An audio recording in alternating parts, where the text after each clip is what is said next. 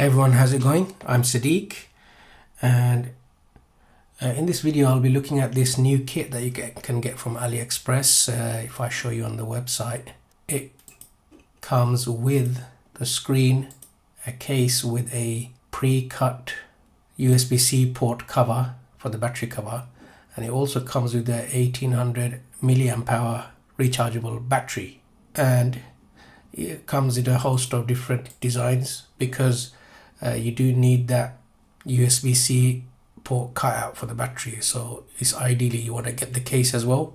And I went for this DMG style one, so I'm going to be installing it today and having a look at it.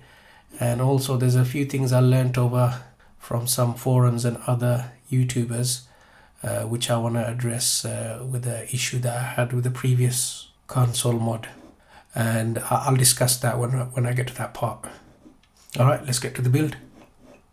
So this is the kit, this is the bits that I received. I'm going to be using this GameBoy. I just need the motherboard from inside there. And let's have a look at the parts that it comes with. So this is the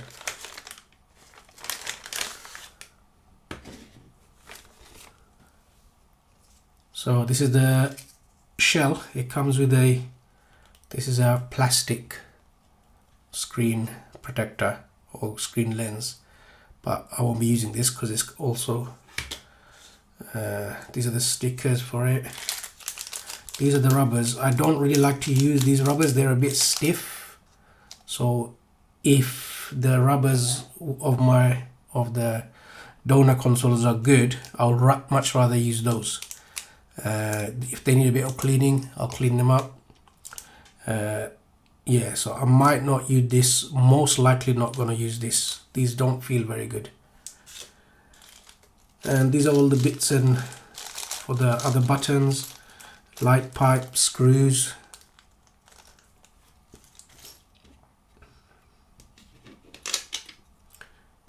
And all the buttons are on there as well.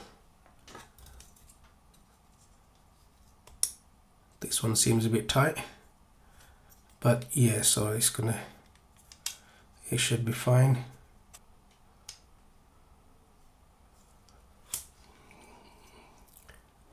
And the main thing that is coming with the new bit is the pre-cut shell and the battery, rechargeable battery, 1800 milliamp hour.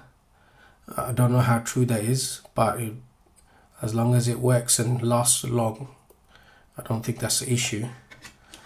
And yeah, so I'll keep that out of the case for a bit. And so the parts I'm not going to be using, that's not going to be used. The rubbers are not going to be used. And let's look at the screen now. Comes nicely protected. Another thing to note, I did order it from the seller I ordered from. They ship from different warehouses, so the screen arrived separately and it arrived a day early, and I was like, what, where's the rest? But the remaining did arrive the next day. So if that happens, it's probably because they're shipping from different warehouses.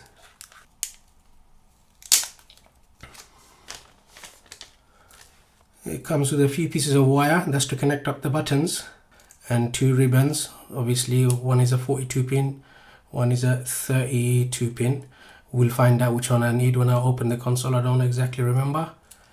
And one of the things that I learned from one other YouTuber mentioned it, these sensors, they seem to have a bit of a mind of their own, and apparently it's because the wire or the touchpad is too close to the video cable for the screen. But I like to keep them just for completeness. But what I'm going to do is I'm going to have one of them here and the other one I'm going to route it to this side so that it's like both here and there, away from the video data cable bit. And yeah, so so what I'll be doing, I'll be just extending this wire just by soldering another piece to it and moving this copper pad to the end of the other piece of wire. Hopefully that'll work. And if anyone else has any other ideas about that, I do want to know about that, so put it in the comments. Yeah, so let's start by mounting the screen onto the front of the shell. You need to take these these protection films off.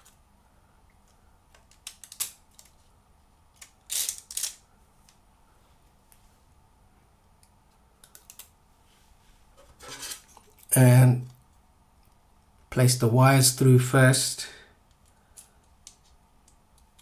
and slide this part of the screen, as I'm showing here, into the part of the case, and then just lay it down and the adhesive will stick it on. That's on there. That part is done. So if I wanted to, when I was saying about the capacitive buttons, if I put them around here and here, so this one I'd put just below that wire. There's a bit of backing on there.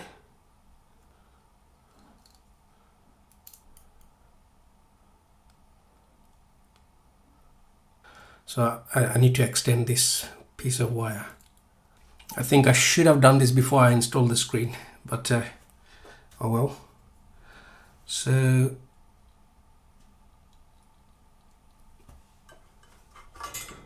I've got my iron here and it's set to 350 degrees.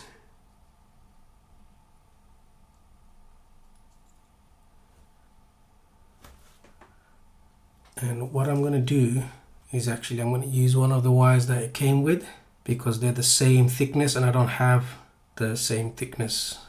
Tape it down. So if I tape it down with some Kapton tape,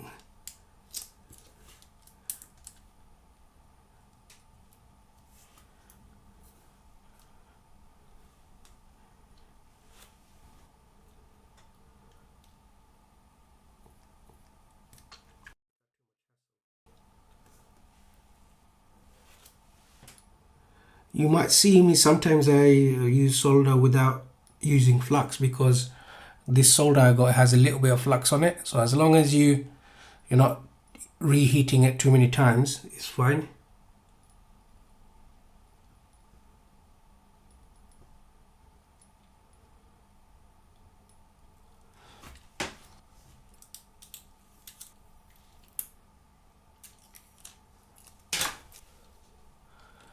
And that's a very solid connection. Alright, so I couldn't find the exact thin heat shrink tube. I'm just going to have to temporarily put this on. Maybe I'll change it later. But this should be just as good, but it won't look as nice.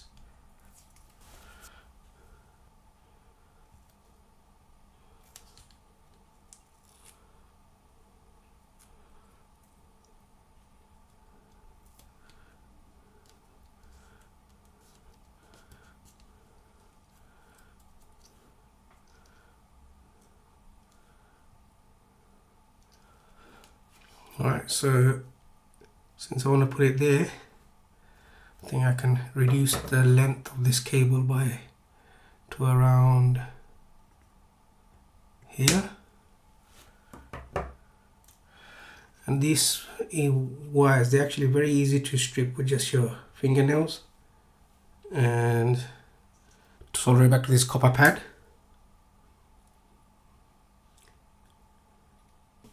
I think I will need a little bit of flux here.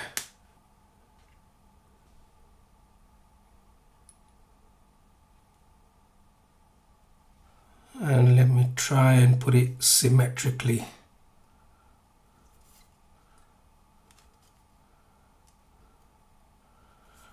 I think that's pretty symmetrical.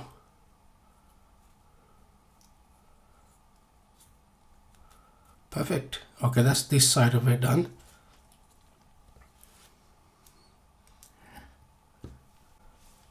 Alright, now I'm going to get the motherboard out from my donor console, and that's easy enough to take it out. You need a tri-wing bit and a cross bit. The cross one is for this one here, only this one, and the rest of them are tri-wing.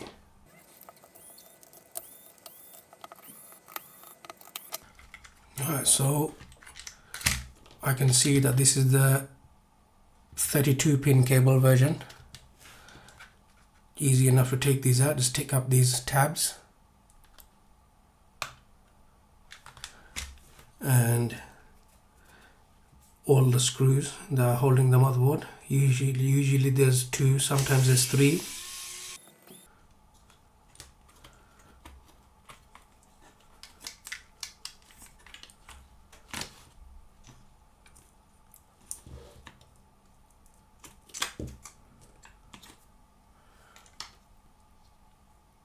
Not going to be using these, but I want to keep these rubbers. So I'm just going to give it a rough clean and I'll come back. I'll wash these under the sink and dry them off, and then I'll come back.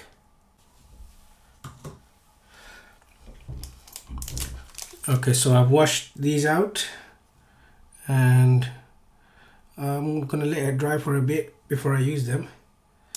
But I'm not going to use this one because this one looks discolored. But those are not action buttons, so they're not as necessary to be perfect. As long as the new one works, it's probably going to be fine. So I'm just going to give it the PCB a bit of a clean as well, just on the buttons. This is with the isopropyl alcohol.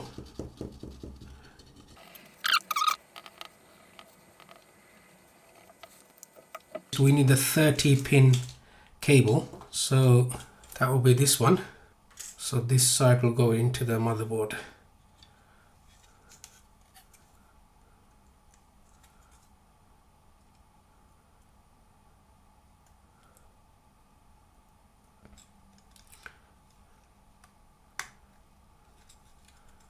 Got a few more steps. What we want is to connect wires to L, R and select. You're going to need a little bit of extra wire because I used some to extend this. I have a different thickness, but they'll work just fine. So this part is the problematic part because the screen is already attached. So you need to be very careful. You don't want to be spending too much time on there.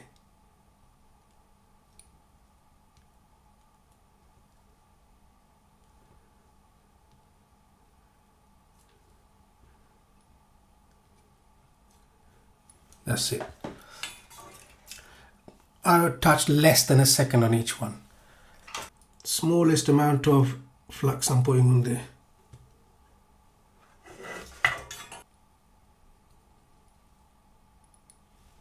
That's a good join.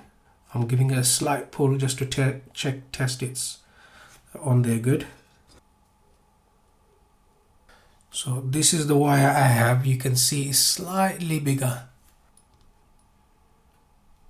Giving it a good tug, it's not coming away. So I'm happy with that one as well. Okay, so this is a bit of a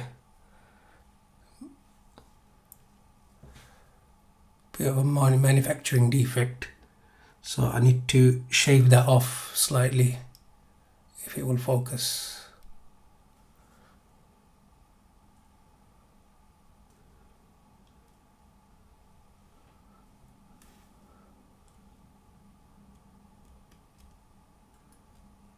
And that should be it.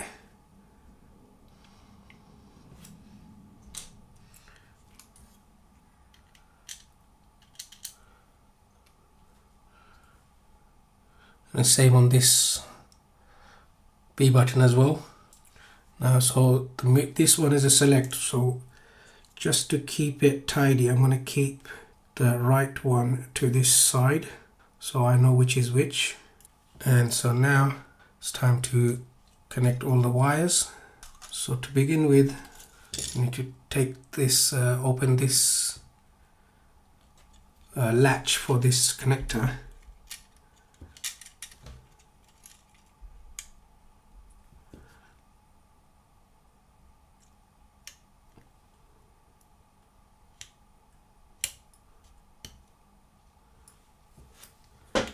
Make sure it's all the way in.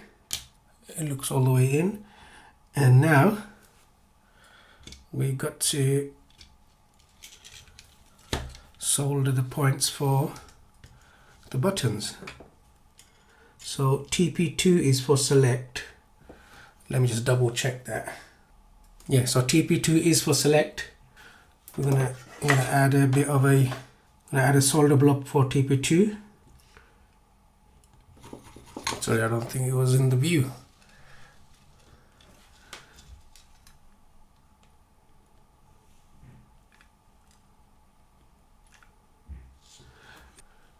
And I don't need it to be super long.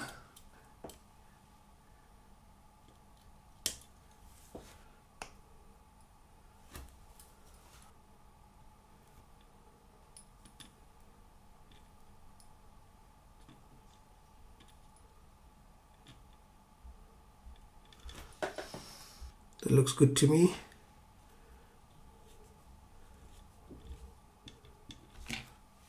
And then you got TP9.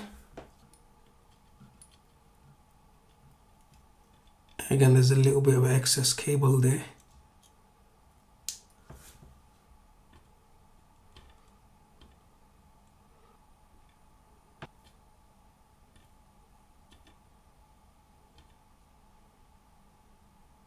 Again, that's a nice joint.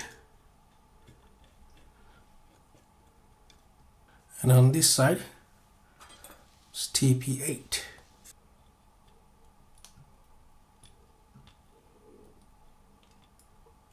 Again, I can trim the cable a little bit.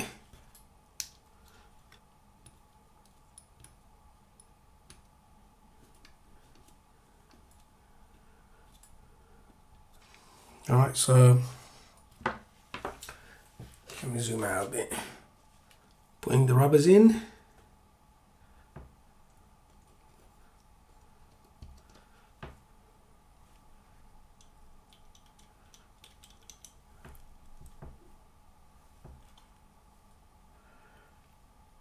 This is the light pipe, very important. That goes in there. And finally we have this start and select button as well. That goes in there. And now we should be able to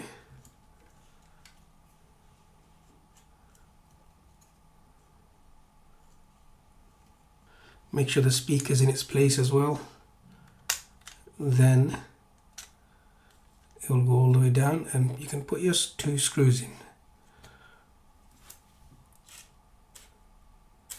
So with the kit, it came with 4 of these screws, and I believe these are for the inside, for the motherboard. Let's get them in. Keep in mind that these shells are brand new and they haven't had no screws in them yet, so it's very likely they'll be a very tight because you're cutting new threads. I suggest putting it in a bit at a time and then backing it off again and then going in again in case you break the studs or the screw posts.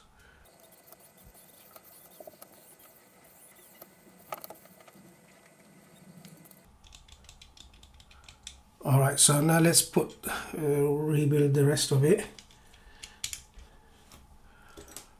The sides.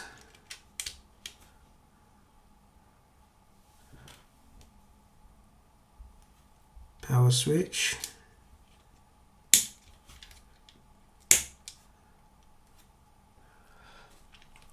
Triggers.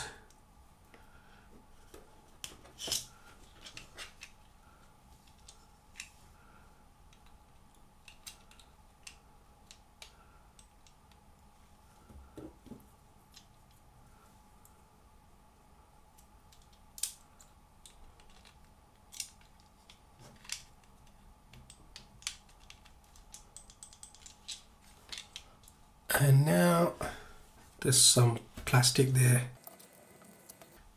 So this is a bit fidgety when the trigger buttons don't want to stay in.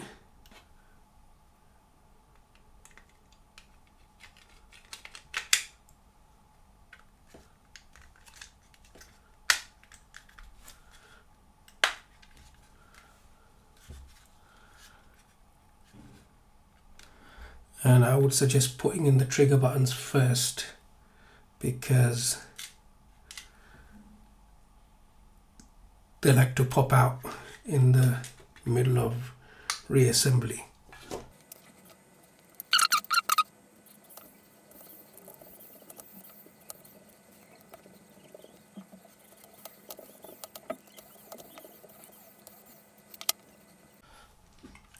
Right, so once I put all the screws in, for the battery, you slide this part under this battery connector underneath there,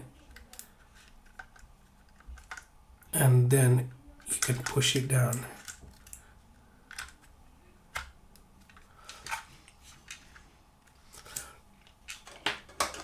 And when you put the cover on, it's going to line up with the micro USB port, and that's it. I got a few of these fun stickers for the Game Boys from AliExpress as well. I'm going to use one of these today. So I'm going to install these stickers the usual way that I do it. I like to expose two ends.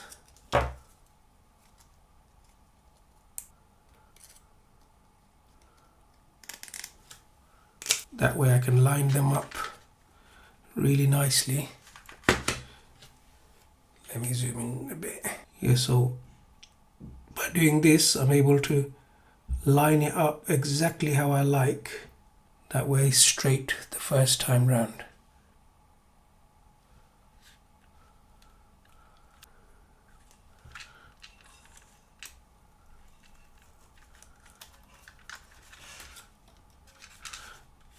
And using this method, it's never come out wonky.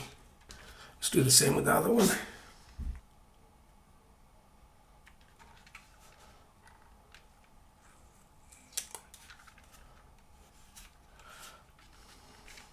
Alright, so let's give it the big reveal.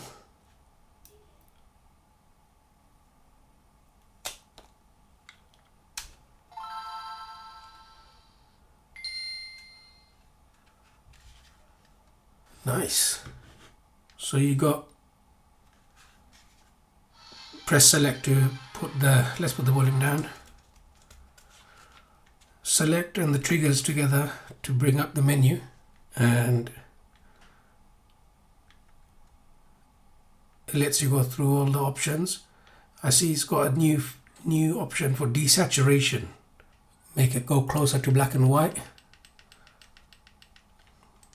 Maybe you just adjust it to the way you like it, but I would prefer it fully saturated. Pixel effect. So color modes. This is more for if you're playing the original DMG black and white games, because why would you want to distort the colors on a GBA game? Doesn't make sense. So let's put that back. Pixel effect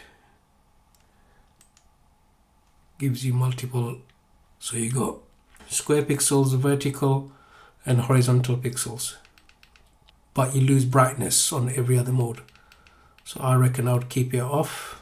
Then you got FRM, that's for the frame blending. That's some games need that on to be for the transparency effects.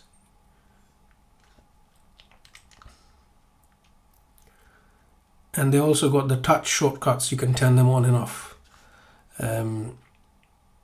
Maybe if they're giving a problem, but hopefully the way I've set it up, it should not have a problem anymore. Right, let's bring it to a white screen.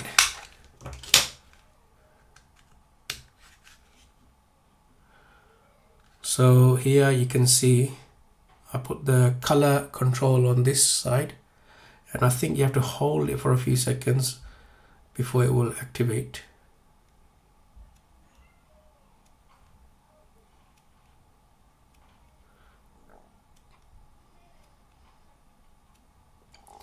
and I think that feels nice. And this is it's a better position as well. Before, the wires are too short, so you can only put it somewhere here, which is kind of, yeah, not ideal. And that's the brightness one. I like having these quick controls for the brightness without going through the menu, but each to their own. I mean, now it's got the option in the menu to turn it off, so you can just turn it off now, which is a good addition. Right, let's check how charging occurs. Here I've got a amp meter on there, so I can actually see if it's drawing anything, if it works at all.